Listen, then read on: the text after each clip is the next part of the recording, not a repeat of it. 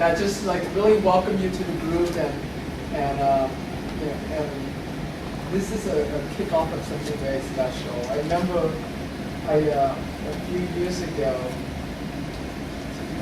2006 was when I first started my teaching business, and I started at that time it was called Community Real Estate Investors Association, which is an online real estate investors association.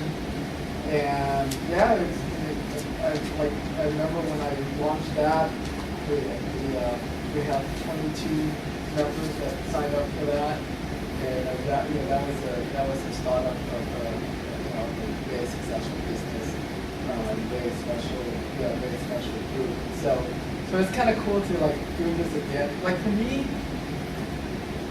this time it's like it's like repeating both in terms of the real estate business, my real estate business, and my education business. It's like all restarting again. So it's like having 2003 and 2006 running simultaneously.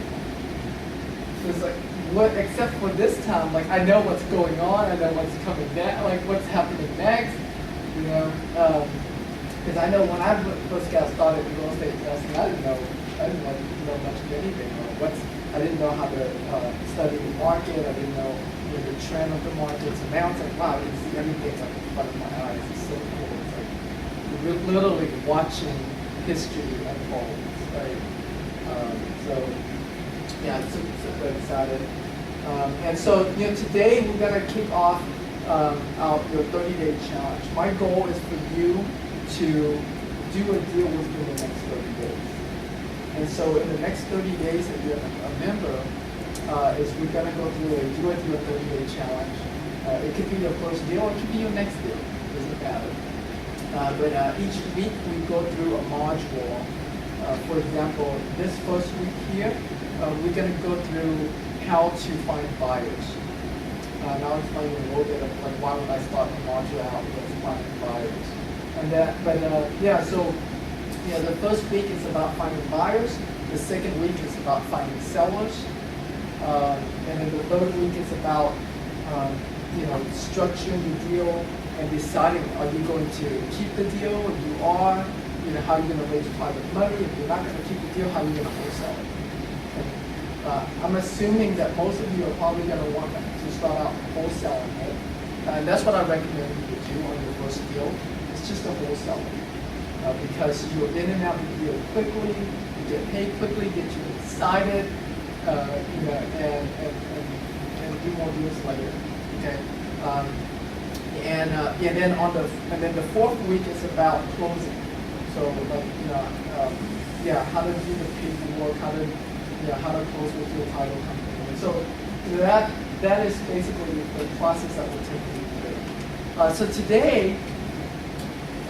Today we're going to talk very specifically about finding buyers.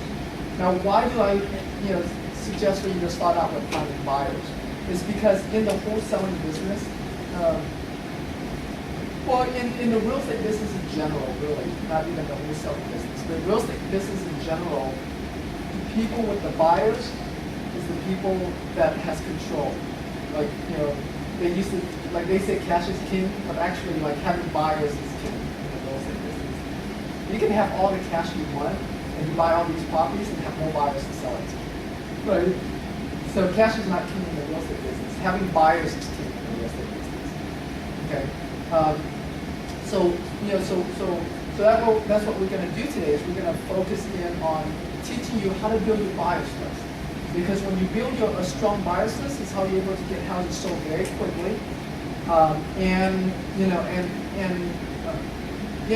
to get it sold quickly so you can get paid quickly, and how you can get like the most, the more buyers you have, the more money you can get for it. Right? Because you have different types of buyers. You have buyers that buy, based on ARV, like 65% of ARV or less, or 70% of ARV or less. And then you have buyers that doesn't care about the ARV, they care about rents. So if they buy a house for $100,000, they want to rent for at least $1,000 a month. So 1% of what they're in at the house for. So and then you have buyers too that that are cash buyers, but they are going to live in the house. Like they could be contractors they could be contractors, and so they buy it, fix it up, live in it, and then maybe resell it later. So so they win because they get a good deal, and you win because typically those are the buyers that will pay the most for the house. Like they don't have the same criteria as as a normal investor buyer does.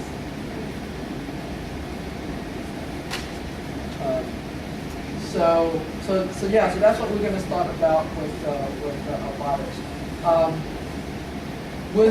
Because this is a very new thing, I think most of you should have gotten an email with your login right now already, right? If you haven't checked your email, if not, it might be in the spam box and check there. But we added some extra videos to the members area that was not on your sheet, and then there's still a few more things that are missing. So next week we'll add some more, and then on the site as well, this 30-day challenge is something I've done in the past. The first time I did it was back in October of 2010, I think. Yeah, 2010. And I did it online. I did it as an online process, and we had over 11,000 people that participated in this 30-day challenge. And out of that, we got a lot of great results out of that. So when you log in, you will see like on top it says 30-day challenge. You'll be able to see those videos. So you want to that same method is what we're going to talk about in the next 30 days. But except for we're specializing it more to Houston. So when I did that, it was a national thing, or it was an international thing actually, because we had students from New Zealand and Australia, and Singapore, and Philippines that were all participating in that. But for most of you, for you, I'm going to create videos that are very specific to Houston. So that way, so you have an idea of the topic that we choose, but we're doing Houston. And I'm also starting a Facebook group for us, so that way, when you have questions, you post to the Facebook group. So that way, someone as a member of the group will answer it, or will answer it. So it becomes a community support system. It's like peer support groups.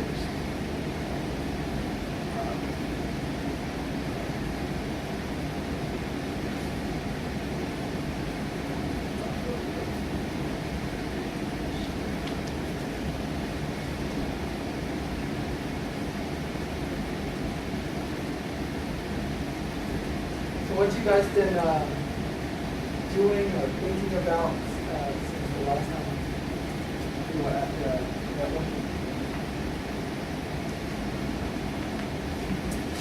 Regarding your real estate business, what has changed? What has changed for you?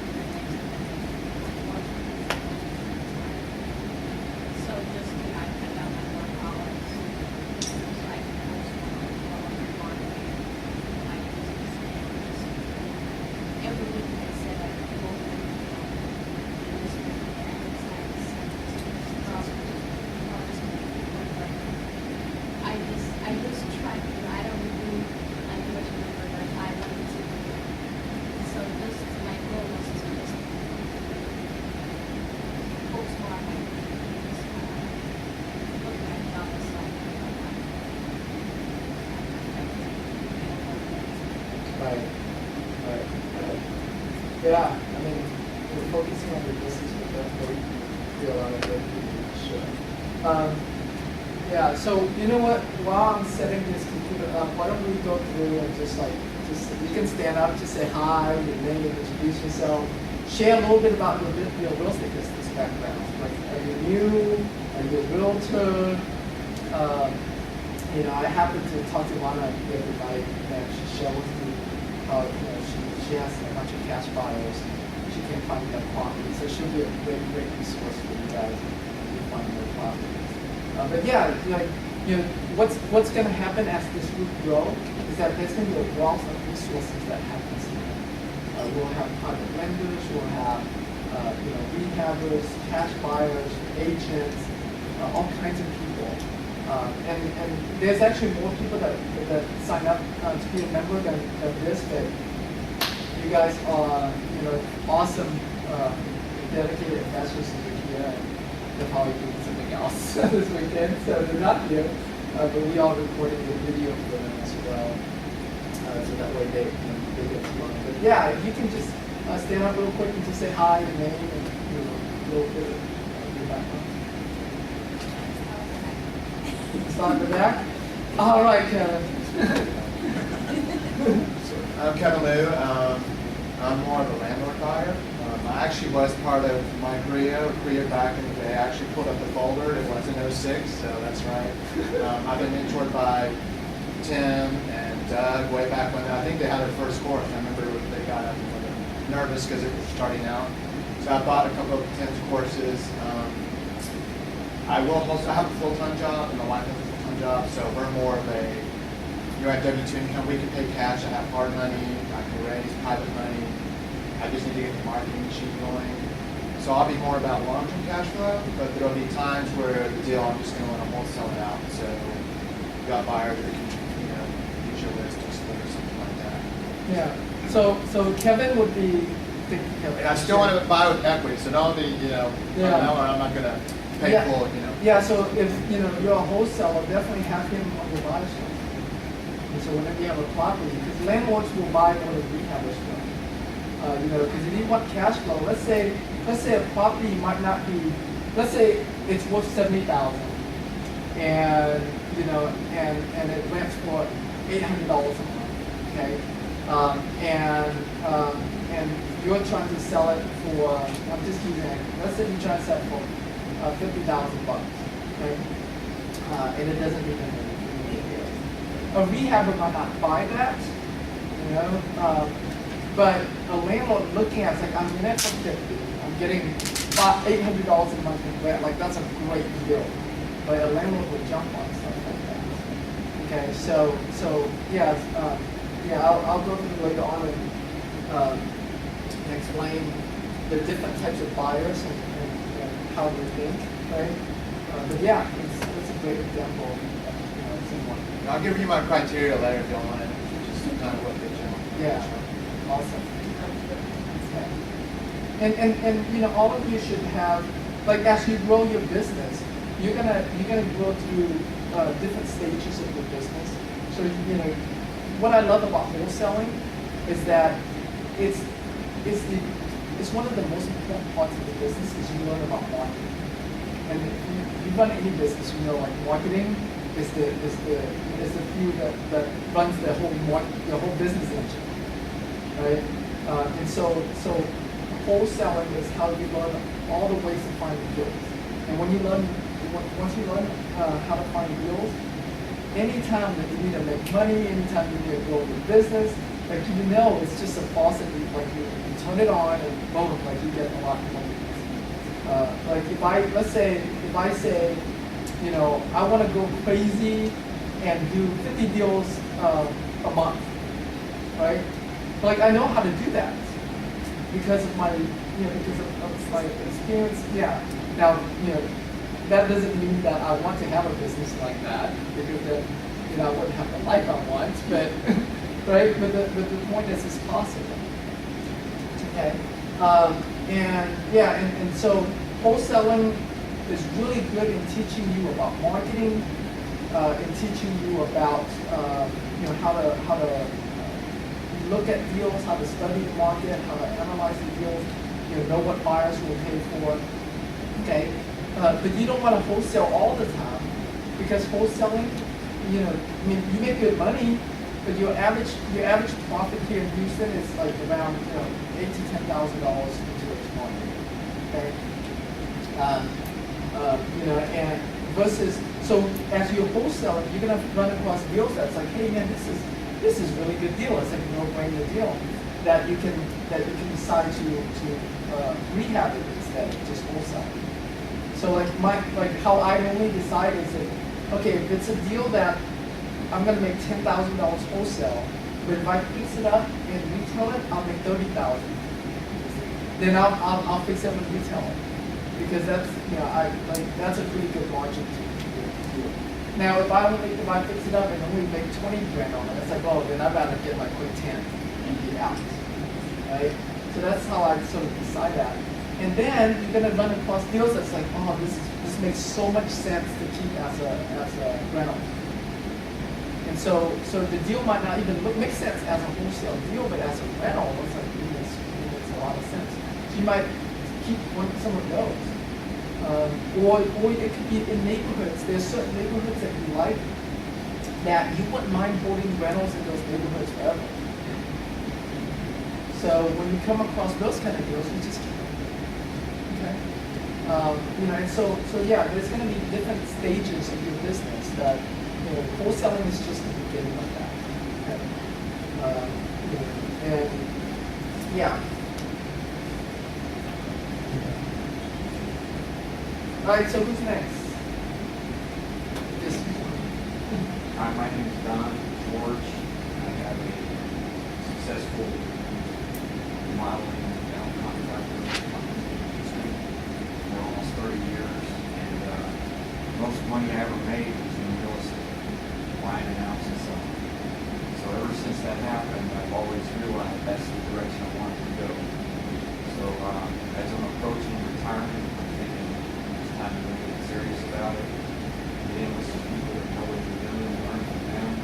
I like the idea of what Tim is saying about wholesaling because it's a great way for me to build cash reserve, and then it'll give you more opportunities to get in later on. So I look forward to working with you guys in the future. I'm sure we can get some deals together and make some money. awesome. My name is Paul Love. I guess I started dabbling in real estate probably last August. I went to the Lifestyle Unlimited, and I've got, I already have one house that I'm having a rental right now in New Jersey, and then I bought another house, I rehabbed it and split that one.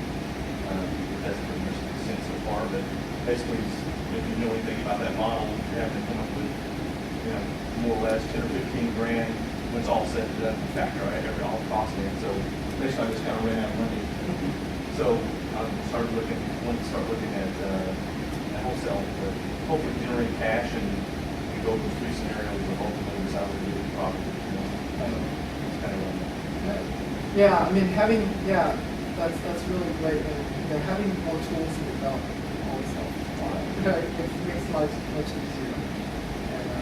And I like, one of the things I teach is like just use wholesaling to cover for your operating expenses and your living expenses. And then once that's covered, so let's say that's $10,000, right? So you do a deal a month, get that covered, and then whatever deals that comes after that, you have a lot more flexibility in what you can do. And then right now when I'm doing this apartment lending, so I'm interested in. I'm in the end, I'm like the guy in the back that in the end I'm looking for passive income. So the rental side when it's all said and done. But to get to that point, I gotta have a way to sort of raise cash or find the good deals that I can get into with little to no money, that kind of thing. So. Yeah, and as we move along throughout the years, as part of members, we'll teach you more about private lending. You being a private lender, how you can be a private lender without using any of your own money. How you can be, how you can get the benefit of making like a lot of private lenders, they make 12% return on the money, 10% return. Like that's really good, right? Or even hard money lenders, they make 14% return on their money. we'll teach you how not only be using other people's money, but how you make like 25%. How to leverage other rehabbers. So there's a lot of things that we'll teach you along the way, really creative stuff to do this business. So, cool. All right, next. Shirley goes up. I kind of stumbled into real estate, but I've always been very interested in it. After all with lifestyles in 2008, I got my real estate license. I didn't want to be a realtor, but I always like to learn about things before I start doing them. I was leaving corporate America and had 3 kids at home, and I wanted to stay at home with my kids, so I was trying to set up a passive income, so I got involved with lifestyles. The company I worked for also went bankrupt after working there 16 years, so I decided I was not put money in the market where I didn't know what was going to happen, but something I could see. So unfortunately, I've replaced my income with passive income. Now I have 2 in college and another one graduate student, so it's time to really start learning and really get active in real estate in terms of wholesaling. I'd like to do that and learn how to get the marketing machine work and really turn it up as a business and hopefully pass it on to my kids and some other relatives that I can help with them. So, That's all. I have 3 single-family homes and an apartment. Purchased in Lindsay. It's gone really well. Yeah, and that's what it's about, like having the skill set that we can pass on to the family. I told my wife, like, for my kids, like, I don't care to give them, give them the attitude, I want them to learn to do something else. So my kids started out learning entrepreneurship very early on. Like, at 3 years old, they already go door knocking selling cupcakes. So We'll we have to have a do lesson on how you do that too. yeah, so we do a lot of, like, every year we sell lemonades, we have lemonade stand, different things like that. Awesome. Thanks for it. Jesse Ariaga. My background is in oil and gas. I spent a few years doing asset development and project finance, which has some similarities to what I see in the real estate market in that it's just creative problem solving. And it's something that I enjoy. My interest in real estate really is something Shirley was interested in, and so I've got involved looking at, and we've been to a few seminars and stuff like that we're doing. But what we like about your program is that you are focused on the Houston market, and some of the other people that are offering similar services are looking at the national scope. So stuff that may be more readily exploitable in Detroit or wherever may not be as applicable in the Houston market, given how much better our economy has done relative to some other places in the country. So, and like Shirley was saying, I have kids, and having been an entrepreneur, ultimately enjoyed my career, it's something that I would like to put time into and position so that we can pass that down to our kids. Yeah, and Jesse brought up a point about national versus local. When I first started out teaching, I taught locally in Houston for the first year, and when I was teaching locally, I was able to share like very specific information. I can tell you which neighborhood has high vacancies, that if you do driving for dollars, you get the most bang for your buck. I can share with you exactly how to get lists, how to get mailing lists here in Houston free. There's a lot of things that I can teach locally that when I went and teach nationally, those things no longer apply, right? Because those same services that happens locally wasn't available nationally. that's why like coming back and teaching locally again. So because of that, what I found is that, if I look at my group of students that are locally versus my group of students that are nationally, the group of students that locally has a much higher success rate than the national one. For many reasons. Number one, we get to see each other, right? So it's like, if you don't do something, I can give you a little kick in the ass and say, hey, get to work, right? Number two is that you get to see like, wow, this is really working. Like this is really working for Tim, this is really working for AC, this is really working for other people in the group. So if it works for them, it's going to work for you too. So you become a bigger believer of that this works. And so those are like the big reasons why I decided to, okay, I like the fame and stuff that do national and having international students. But man, what I love most is just connecting with people one-on-one and like seeing success just locally.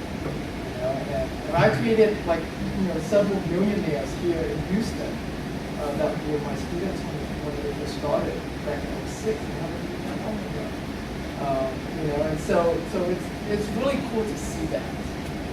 So I love that. So, thanks for sharing.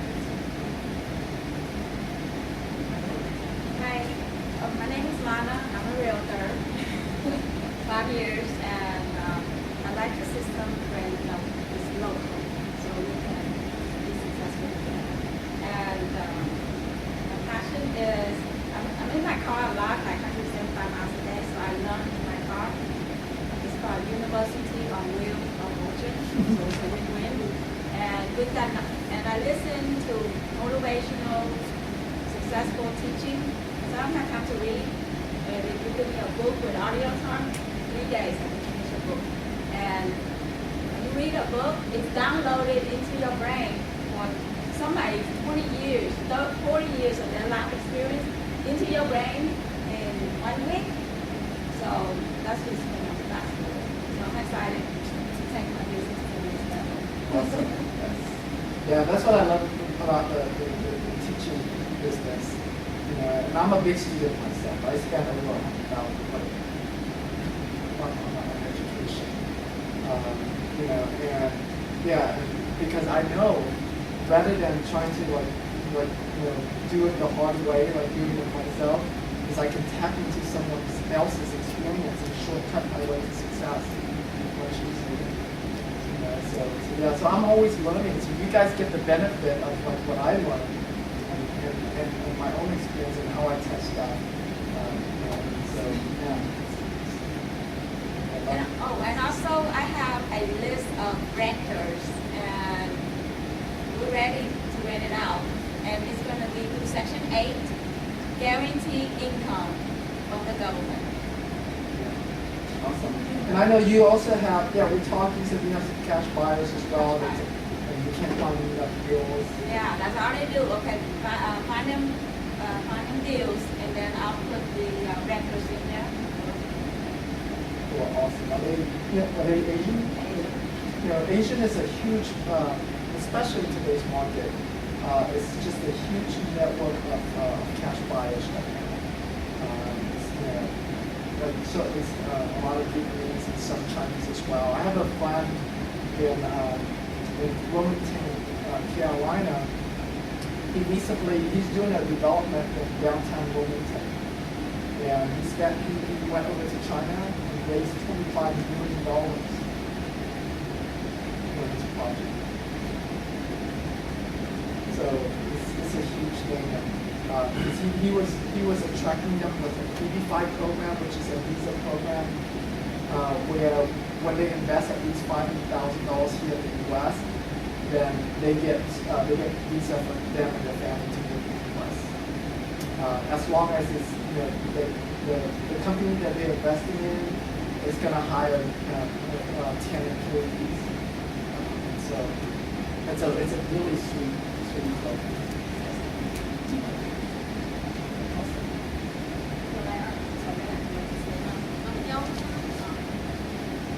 My goal for now is just to do wholesale deals and accumulate some reserves.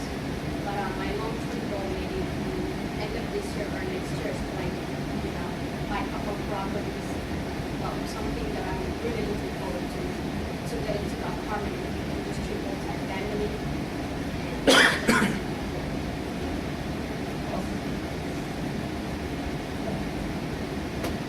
name tag.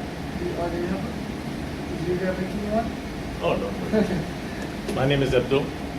My wife's actually a realtor for 15 years, but I'm just getting with her to, get into our own having investment and all that because she's been doing for other people. So that's why I'm getting involved with her. But I've been in accounting and doing, businesses and stuff, so I want to get into that now.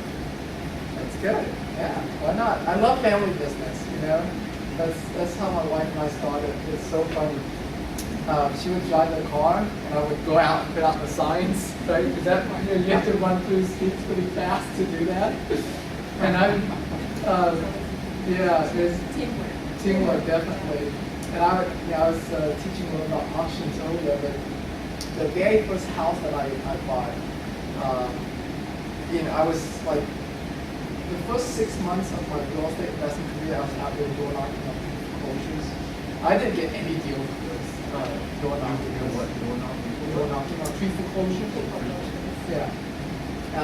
And some people got great success with that, but for me, it just didn't work for me. There was a lot of work. And so I learned about signs, and then I went out and put out 200 signs on Friday, and then I went to a seminar in San Antonio Saturday and Sunday. So my wife helped me put out the signs, and while I was at the seminar, I got some phone calls on it. Long story short, on Monday, I got a deal, and literally that first weekend after the signs, I got a deal in Michigan area, which is like Highway 6 in LA.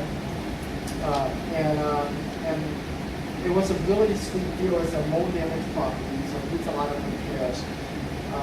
And the seller said she wants $55,000 for it, and I said, "Is that the best?" I was already excited that $55,000 because it's worth $130,000.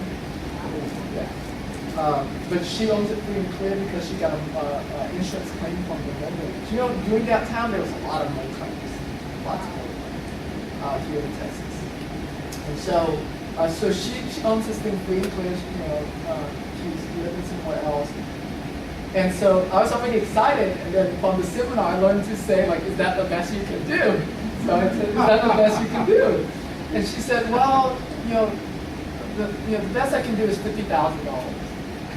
And actually I got the numbers wrong. So she said $60,000, and I said the best you can do, is that the best you can do? She said $55,000. So I ended up buying it for $55,000. And it took me 3 months, 3 sets of contractors, plus my wife and I were out there, doing the landscaping, cleaning the windows from all the overspray that they did. And it was, a lot of fun, a lot of work. But by the time that I finished fixing this house up, I was so desperate because I got laid off. By that time it was 9 months ago, right? And I didn't have any income coming in, so I was like, oh, I gotta sell this house quick so I can make money off of it. And I did research about how to sell houses quick. And I came across this book called How to Sell Your Home in 5 Days by Bill Effros, EFFROS. And so I asked around town, all the successful investors, to see if anyone has tried it, and nobody has tried it yet. So I was like, fine, I'll give it a try. And back in those days, we try to cut costs. We wanted to reuse our signs, so we printed out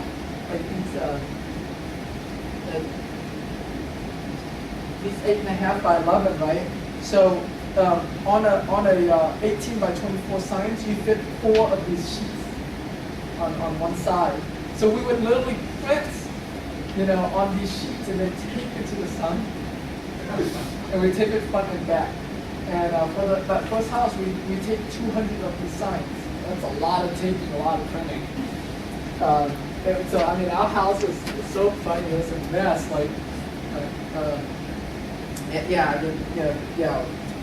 Sign paper was everywhere. But family business. I love family business. yeah. How did you find it there? You said it was a sign that was. Yeah, so, It was a sign that was stuck Something there. that's Right. selling. yeah, so I found it through signs and I sold it through signs. But, So somebody had stuck the signs in and was trying to sell their home. no. I put out 200 signs to look for properties, Oh. and they call me for my sign. Yeah. Then you sold it to me, I sold from signs, but I did it a little bit differently. I had an auction, so I auctioned the house off. I ended up selling the house for $32,500. Yeah. You bought it for 55. I bought it for 55. I put a little bit over $18,000 in repairs into You sold it for 32. Oh, you sold for 132. it. Yeah, I sold for Oh, I thought 132. You said 32. What No, about no. that? Oh, $132,000. Yeah. If you're gonna rehab, where do you start marketing the house, like immediately, even before you started the rehab? Not So that you necessarily. could Potentially find a buyer that may want to have some input with regard to. You, finishes and- right, you know, everybody is a little bit different. I prefer not to do that unless I'm just building, like I don't want to show the house to it, because a lot of buyers, like they see what's, like, you know, all the things that's wrong with the house. They can't see what the future of it is going to look like. The second half. So, yeah. I was doing it on a week before or actually I think it was 2 weeks before the rehab was going to be done, and then it ended up staying the second week. And I had people, can I come look, and a couple people walked through, and to me it wasn't really worth it. I mean, now, if you're going to rent it, that's a different story. Maybe a Well, little bit it gives you some optionality too, because you may have somebody that comes in and gives you a really good offer just to flip it and not even, you know, do the rehab. So depending on what that number looks like, if you don't like it, then you've always got the option to plow forward and, and do the rehab. Yeah, I mean, it's. You can sell it faster that way. I mean, by the time it's done, it's already sold. Well, it's a different strategy. You really got to test. Not all areas that test would work. I can tell you this: like, if the house needs a lot of repairs, like that strategy is not a good strategy. If it's in, like paint carpet type of thing where buyers can see past that more easily, then that would make more sense. But if you look at our house where it's like mold damage, it's like rotten wood, like it's really nasty. It's not a good thing. Yeah. So I'd rather get everything done, having the house inspected, having and also too, because when you fix up a house nicely, right?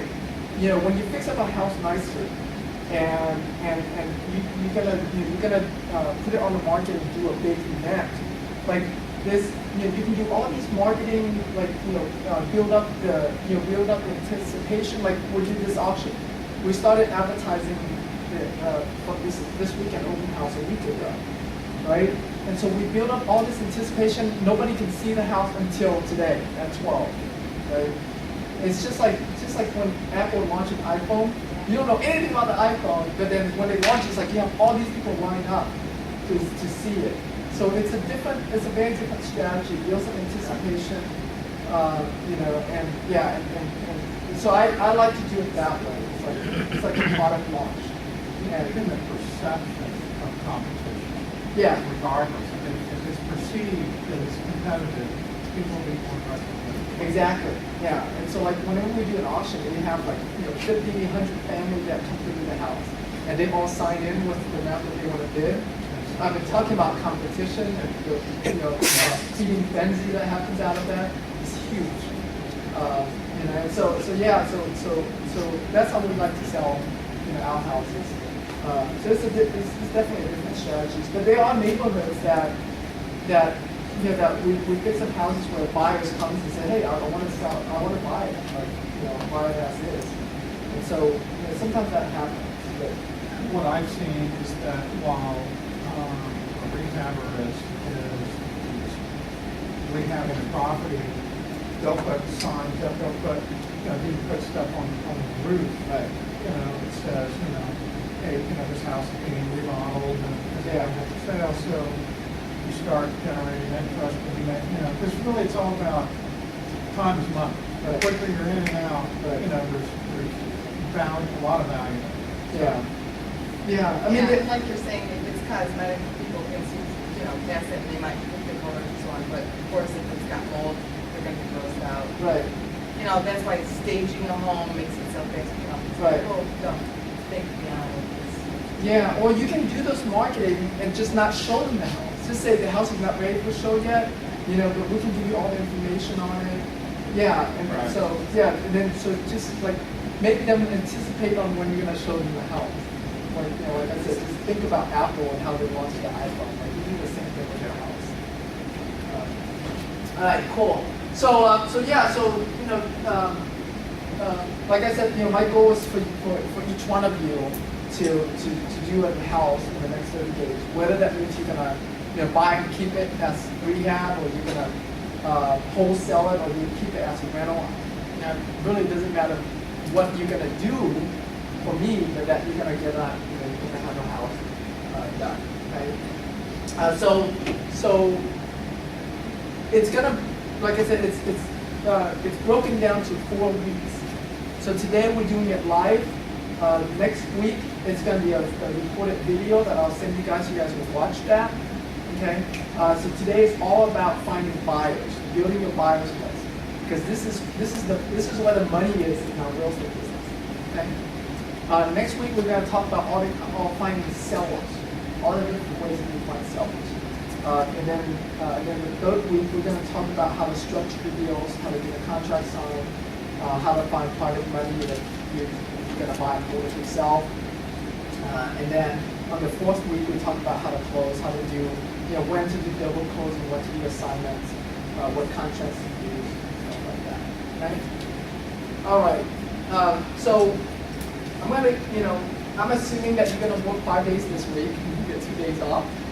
So I'm gonna break it down. Like, here's what I want you to do. Like day 1, day 2, day 3, and you have 7 days. So you decide when you want to do day 1, day 2, day 3, day 4, day 5. Okay. All right. So I want to start out with just real quick, explaining what wholesaling is. Wholesaling is about buying low, selling low. Okay, wholesaling in real estate is very similar to wholesaling in any kind of business. Let's say you're in the T-shirt business, you buy shirts at $3 and you sell them wholesale for $5, and then someone sells them retail for $25. And that's what the wholesaling business is about. Is we find deals that are really cheap. Okay, we find great deals. We mark up the price a little bit, and we sell them as good deals. Okay. What a wholesaler is a person who does just that, who buys a property, who gets a property under contract. Normally, a wholesaler don't actually buy the property; they just get a property under contract, and then they sell that contract to someone else. They assign that contract. When you sign a contract, you have the legal right to buy the property. So when you're selling your contract, basically you're selling that legal right to someone else, so that way they can come in and buy the property. How you make money as a wholesaler is by finding great deals and then selling as good deals. Okay, like I said, you find a deal, it's worth $100,000, you found it for $50,000, which is a great deal, and let's say you sell it for $60,000, which is still a great deal, but a good deal in most cases. Okay? And your job as a wholesaler is to find as many great deals as you can, okay, by letting everyone know that you're in the business of buying and selling houses. Okay? This is a really important part of your business. With any business, how much your business grow or don't grow has everything to do with how many people know about what you do. If nobody knows about iPhone won't be popular. But if you have millions of people know about iPhone, right? iPhone becomes a top seller. So same thing in your business. If you look at your business and it's not where you want it to be, right? If you say, man, I want to do 5 deals a month, and right now I'm doing one deal every 3 months. And you wonder, like, why is that? You can go back to this very basic thing and ask yourself, well, how many people knows that I buy houses? The more people know that you buy houses, the more deals you're going to do. That's it. Okay? So that's really, I mean, that is like the most important thing about this business, or any business for that matter, is making sure as many people as possible know that you buy and sell houses. And then in the wholesaling business, the other second part of the business that's really important is that you have as many cash buyers and investor buyers available to you as possible. Okay? So so on one hand, you let everyone know that you buy houses. On the other hand, you also let everyone know that you have great deals to sell, like cheap deals, good deals to sell. Okay, so you're always like doing both as a wholesaler. Okay? And like I said, the more buyers you have, the more deals you can do. I'm going to share with you a little bit how when you have more buyers, when you have buyers, you don't even need your own deals to make money. You can make money off of other people's deals. Benefits of the wholesaling business is there's like practically no risk. The only risk that you have in the wholesaling business is your marketing dollars that you spend on marketing. That's it, which is minimal risk. Right? Since you never buy the property, you don't have the holding costs. You don't have title problem kind of risk. You don't have liability risk, like if a tenant falls down, in your house. You don't have any of that stuff that you normally have as someone who actually owns the property. You buy the properties as is, and you sell it as is. And the name of the game is is like the faster you get rid of these things without any risk, the better. No risk in terms of you putting out the money into the deal. Like it's rare that we even give sellers earnest money. Most of you buy houses, like if you make offers through the MLS, for example, you have to put out earnest money. Right? We don't deal with MLS sellers. We deal directly with sellers directly. So it's rare that we ever have to use earnest money. So like we're in it with like zero. It's not even $1. Okay, and same thing when we're selling. Okay, we don't fix up the house. Sometimes we'll go in and we'll clean up the house. So there's some money there, right? But that's typically not the case. Of course, the more work that we do to a house, the more money we can make on it. So it's a risk reward, right? So if I go in, for example, let's say the house is messy, and I go in, I spend $500 on for a way to clean up the house. Now, instead of attracting rehabbers, I can attract landlords who might pay me say $2,000 or $3,000 more for that house. Or I might even attract an end buyer who's like, wow, this house is nice. All I need to do is come in and paint it myself and change the carpet or put flooring in. You might get $10,000 more for that $500 for it. But you are putting in an extra $500 of risk into it. Right? So it's risk rewarded. And so depending on your risk tolerance level, depends on how many deals you have, how many other things you have going on. In the beginning, where I didn't have much deals, then I was much more willing to put in the extra work. Like I'll go in and clean it myself, so I can sell it from here. Right? And but as I get more busy, do more deals, that becomes not worth my time anymore. So every you're gonna be at different stages. And the cool thing about wholesaling is like I said, you're in it with no money out of your pocket. Okay, not even $1. You're in it like no credit. Nobody's checking your credit. There's no credit application. There's no loans. Nothing. All it is Paul, you have a house you want to sell. And I love your last name, by the way. I'm actually, my wife and I have been talking about changing our last name. So my last name is my M-A-I, changing it to my love. So To my love. To my love. Yeah. My Vietnamese name is Tu, so it'll be like To my love. But yes, I love your last name. So let's say Paul has a house he wants to sell, and I said, all right, Paul, you want to sell it for $50,000, okay? I can help you with that, and I can close on it very quickly. I can close in the next 2 days. Or I can close as quick as you want to if the price makes sense. So there are times when the fastest I've ever closed on a house was within 6 hours from the time that I saw the house to the time I wrote the check for it. It was only 6 hours. No title company, no nothing. I did all the due diligence on my own. But I only did that because it was a really good deal, and the seller wants to get out quick. You did the due diligence in 6 hours. Yeah, I know how to do my own title searches. Yeah, once you get into the business, you You did an inspection yourself? Well, no, I didn't have an inspection. I actually inspected myself. I was experienced enough to know what was going on. So I did my own inspection. I did my own title search. I did all of that stuff. But that's a very rare case. That's your Griggs title, who I found through flyer, one of your sovereign over there. I just went with them, and you can actually, they'll set you up a free portal where you can do your own title. It's called Briggs. Griggs, I see. Here's what. B-R-I-G-G-S.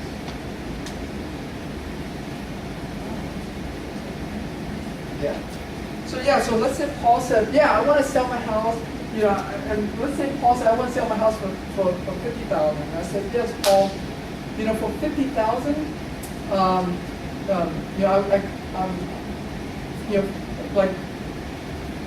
if you want to close on it even fast.